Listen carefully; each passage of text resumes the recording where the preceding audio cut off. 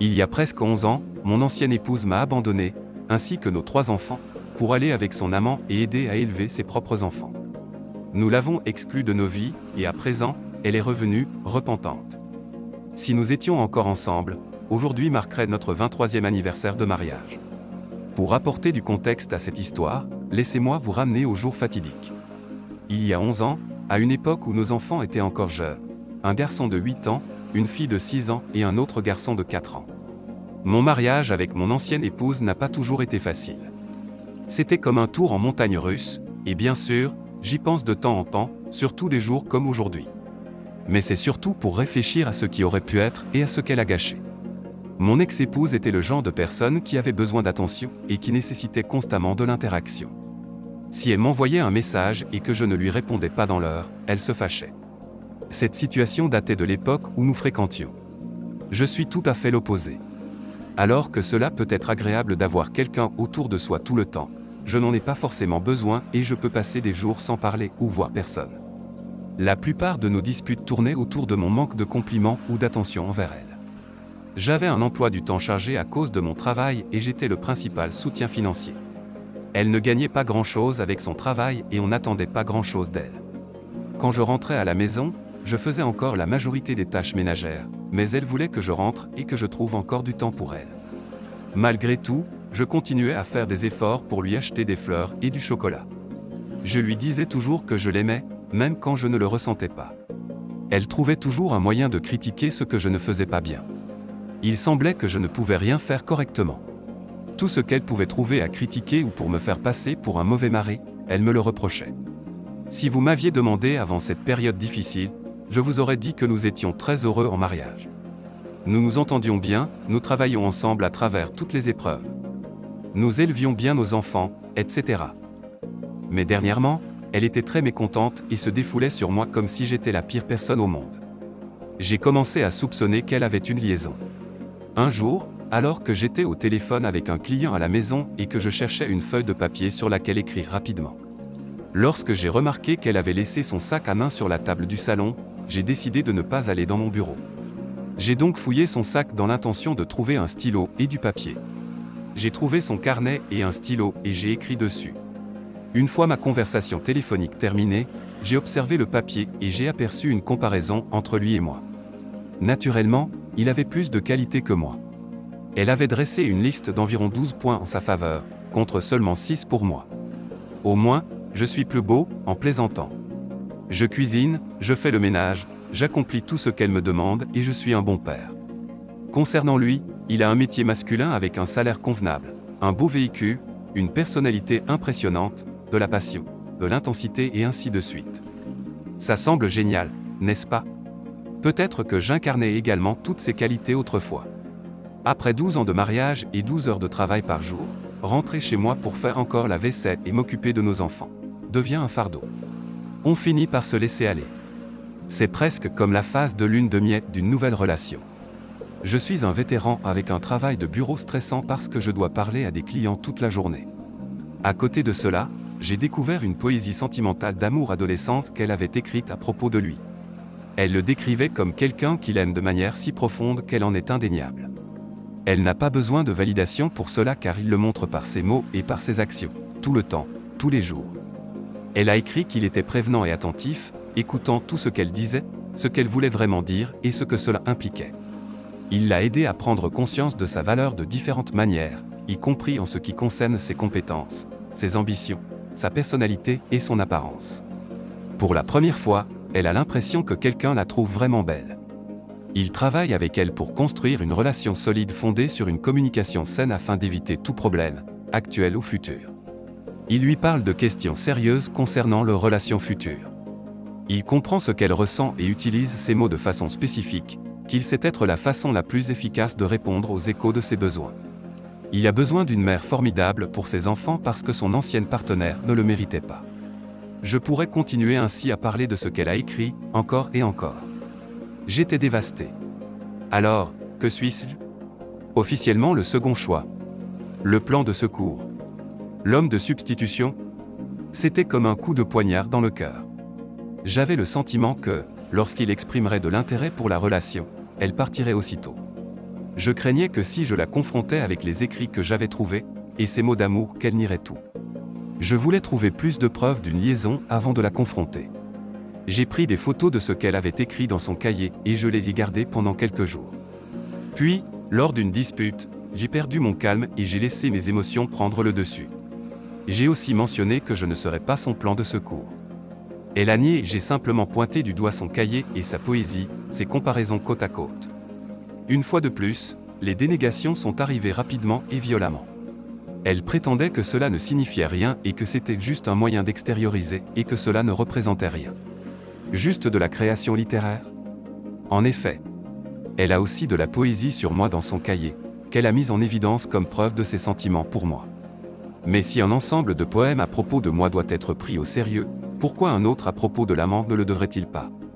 Encore une fois, je savais qu'elle mentait et bien sûr, elle nie. Elle m'accuse de vouloir faire échouer notre mariage comme si j'étais le méchant de l'histoire, comme d'habitude. Son déni m'a mis hors de moi.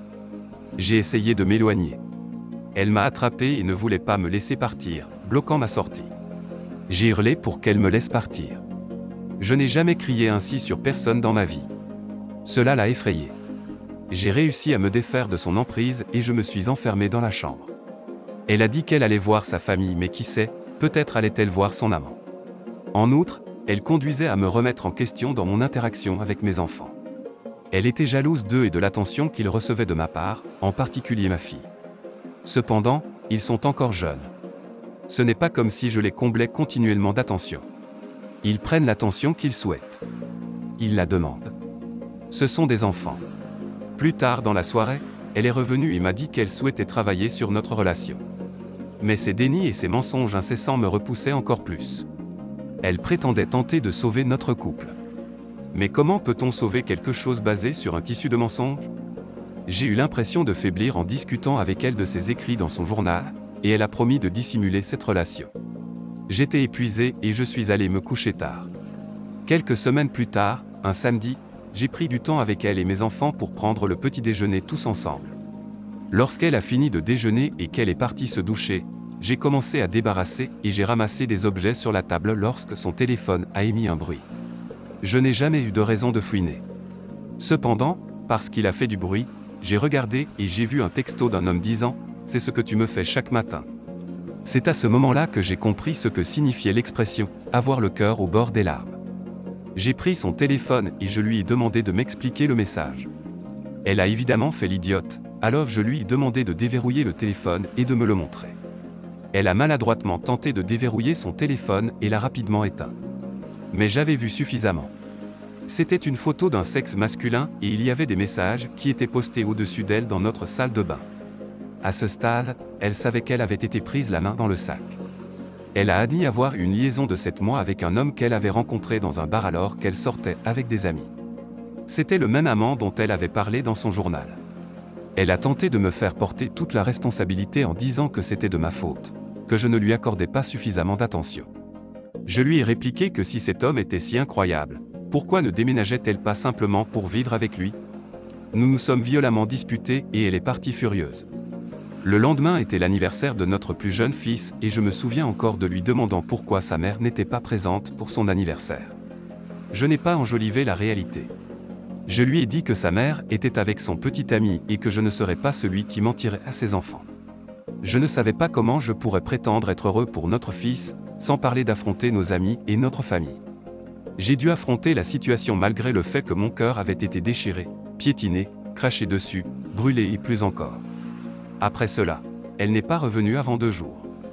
J'avais envie de la chasser, mais j'avais besoin qu'elle soit là pour emmener nos enfants à l'école et s'occuper d'eux. Je ne comprenais pas comment une mère pouvait abandonner ses enfants pendant 4 jours. Les mois suivants ont été un tourbillon, mais elle a tout laissé pour cet homme. Il s'est avéré que cet homme allait déménager hors de l'État avec ses enfants et qu'elle voulait le suivre. Il n'y avait aucune chance de réconciliation entre nous, donc j'ai demandé le divorce 1 mois après avoir appris la nouvelle. J'étais préoccupé par la question de savoir comment nous pourrions partager la garde des enfants et elle m'a laissé stupéfait quand elle m'a dit de m'assurer de stipuler que j'aurais la garde complète de mes 2 fils et de ma fille. Elle voulait fuir avec cet homme et ne voulait plus rien avoir à faire avec sa vie précédente, y compris ses propres enfants. Même ses parents ne pouvaient pas y croire. Les premières semaines ont été éprouvantes en essayant d'équilibrer la vie en tant que père célibataire de 3 enfants avec un travail stressant.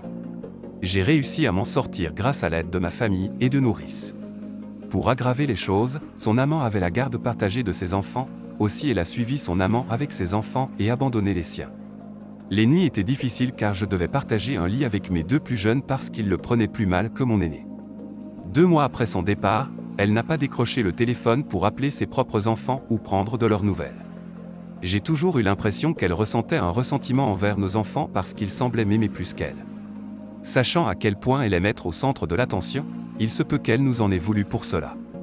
Environ 5 mois plus tard, elle m'a contacté pour me dire qu'elle revenait en ville et que je devrais lui permettre de voir les enfants. Je n'aurais pas dû accepter, mais je l'ai fait.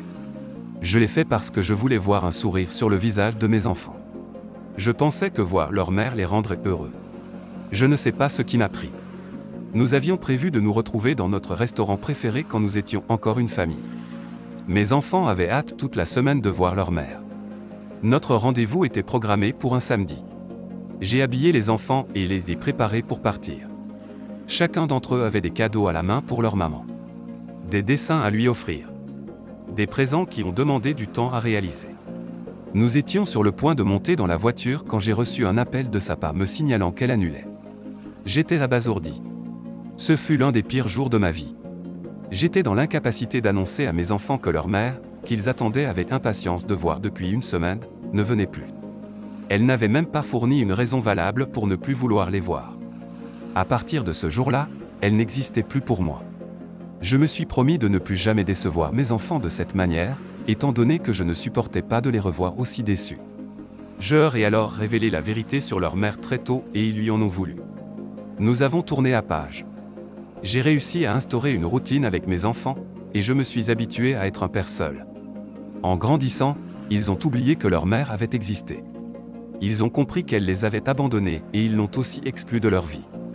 2 ans plus tard, j'ai reçu un appel de mon épouse indigne disant qu'elle désirait finalement revoir nos enfants. Je lui ai dit de rester éloignée de nous et je lui ai affirmé que je demanderais une injonction de protection si je la voyais près de nos enfants. J'en ai également discuté avec les enfants et je suis reconnaissant d'avoir des enfants qui ont su comprendre la situation. Il se trouve que l'herbe n'est pas toujours plus verte ailleurs. Son précieux petit ami qu'elle aimait tant et qui lui prodiguait tant d'attention, l'a trompé et ils ont fini par se séparer. Désormais, elle a un travail mal rémunéré, pas de famille et cherchait à revenir à son plan B. À présent, elle veut revenir dans notre vie et nous perturber parce qu'elle a besoin d'attention. Dès qu'elle a trouvé un autre petit ami, elle nous a de nouveau oubliés. Je n'ai pas eu de ses nouvelles pendant 5 autres années, jusqu'à ce qu'elle vienne rendre visite à ses parents et qu'elle souhaite revoir nos enfants. À cette époque, mes enfants avaient mieux compris la situation et ne voulaient rien avoir à faire avec elle. Elle m'a accusé d'avoir monté nos enfants contre elle et de m'être rendu responsable de la rupture de notre famille. Il y avait beaucoup plus de détails sur ce qui s'était passé durant ces années, mais, après qu'elle a rompu avec son 2e petit ami, pour une raison quelconque, elle enchaînait les hommes sans discontinuer. Il semblait que dès que sa relation traversait une crise ou lorsqu'elle se retrouvait entre 2 petits amis, c'était à ce moment-là qu'elle cherchait à nous appeler et souhaitait revenir dans notre vie.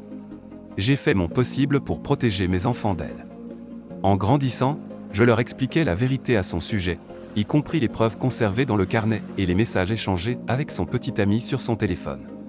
J'ai compris qu'elle était égoïste et qu'elle ne cherchait qu'à trouver une personne qui pourrait lui apporter du bonheur et de l'attention. De temps à autre, elle nous harcelait lorsqu'elle se faisait larguer, afin que nous sachions qu'elle était toujours en vie. Cependant, nous n'accordions aucune importance à ses agissements. La dernière fois que je l'ai aperçue, c'était sur une photographie que ses parents m'avaient montrée. Elle n'apparaissait plus que comme une ombre d'elle-même, et Dieu l'a punie pour ce qu'elle nous a fait endurer. Elle a tenté de rentrer en contact avec mes enfants en les appelant sur leur téléphone portable, mais il la bloque immédiatement et m'en informe. J'entretiens une relation correcte avec ses parents. Ainsi, ils font de leur mieux pour plaider en sa faveur en me répétant combien elle regrette ses actions et qu'elle cherche à trouver une forme de réconciliation. Je réponds invariablement que je parle pour moi-même et pour mes enfants. Nous avons trouvé la clôture dont nous avions besoin au moment où elle a abandonné ses propres enfants pour en élever d'autres avec un autre homme. Je suis ravi de vous annoncer que 11 ans plus tard, je suis devenu une meilleure personne grâce à ce que j'ai enduré, et mes enfants sont devenus les plus incroyables des jeunes hommes et des jeunes femmes. J'ai suivi des conseils et travaillé sur moi-même, à la fois sur mon corps, sur mon esprit, sur ma carrière et sur ma situation personnelle. Et mes enfants m'appellent toujours le meilleur père du monde, ce qui est le titre dont je suis le plus fier. Je suis fier de l'endroit où je me trouve actuellement et des difficultés que j'ai endurées pour y arriver. Récemment, j'ai commencé à fréquenter une femme et je suis vraiment encouragé par l'évolution de cette relation et par la fondation saine que nous sommes en train de construire. Je suis absolument certain que je possède à présent les outils nécessaires pour aimer et faire confiance à nouveau car j'y ai consacré du temps et de l'effort pour m'assurer d'être prêt. Je partage ceci dans le but d'envoyer un message d'espoir à tous ceux qui ont vécu une infidélité, les choses finissent par s'améliorer. C'est le pire tourbillon émotionnel que vous n'aurez jamais à affronter. Je ne le souhaiterais à mon pire ennemi, mais je peux vous assurer qu'il est possible de survivre à cela et d'en sortir meilleur. Je suis ce canal, il y a également des histoires sur Reddit depuis les 5 dernières années et je constate sans cesse que les gens demandent combien de temps il faut pour se remettre. Malheureusement, je pense que la réponse est indéfiniment. La cicatrice ne guérira jamais totalement, elle fait simplement partie de vous mais cela s'améliore. Travaillez sur vous-même et traversez les jours. Certains seront joyeux, d'autres seront tristes, mais avec le temps, vous connaîtrez davantage de jours heureux. Il y aura toujours des jours qui vous rappelleront certaines choses, mais au lieu d'être triste à ce sujet, vous vous questionnez et continuez simplement votre journée. Merci à l'auteur pour ce formidable message d'espoir pour tous ceux qui traversent une épreuve difficile. Laissez un pouce en l'air pour aider à faire connaître cette histoire. Merci et passez une merveilleuse journée.